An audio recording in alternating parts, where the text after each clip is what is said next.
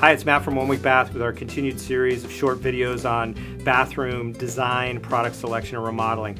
Today we're going to talk a little bit about tubs. It's another edition of Soak It Up with Matt Plaskoff, bathroom design and remodeling. You obviously have various types of tubs. You have built-in tubs that are in alcoves, you have deck-mounted tubs that are tiled around, and you have freestanding type tubs. Today we're going to talk about just the properties, more of the properties of a tub, because all those types of tubs I just mentioned come in various types of materials. So the most prevalent materials that tubs are made out of these days are cast iron, which is enameled, acrylic, and resin.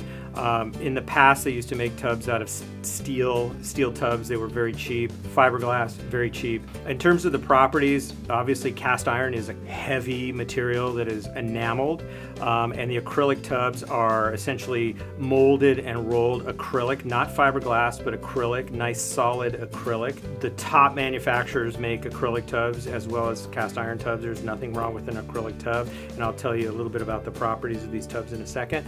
And resin tubs, which are actually solid poured molded tubs, most often freestanding. If you're comparing an acrylic with a resin freestanding tub, you'll see that the resin tubs often have a sharper edge to them. They're definitely heavier as well and more expensive, probably twice the price of an acrylic typically. So those are the three types. So you've got cast iron, acrylic, and resin. So let's talk about the heat thing. People want to know, which tub is going to heat up faster or hold the water warmer longer and that kind of stuff. So believe it or not, cast iron will cool the water off faster because it pulls the heat out of the water. Most of the time I recommend an acrylic tub. Also, there are some acrylic tubs that have heat systems built into the tub itself, which is just a heater element which will keep the tub warm, where typically cast iron tubs will not have that.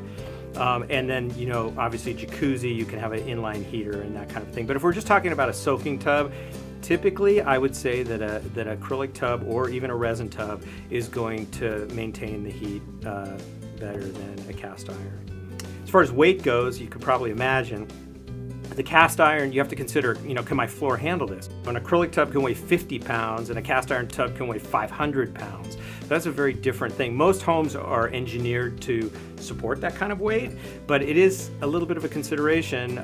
So in terms of the weight of tubs, I would say acrylic is your least heavy tub, and your cast iron and resin will be heavier on the heavier end.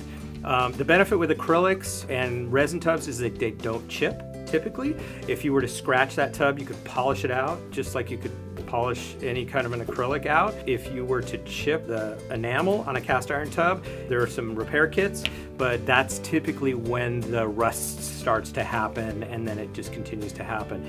The last thing with tubs is the water depth. Typically for the money, an acrylic tub is going to give you a deeper, higher effective water depth than a cast iron, just because of the way they're built. And so when you want a little bit, if you're a little taller and you want to be able to be covered with water, then an acrylic tub is probably a more cost-effective way to go than to try to get a cast. Certainly there are deep cast iron tubs, but they're going to be very pricey. So there you have tubs, and that's really the properties of tubs. We'll talk again on another video about stylistic decisions, and we'll talk more about freestanding versus built-in and what the benefits and negatives to those are.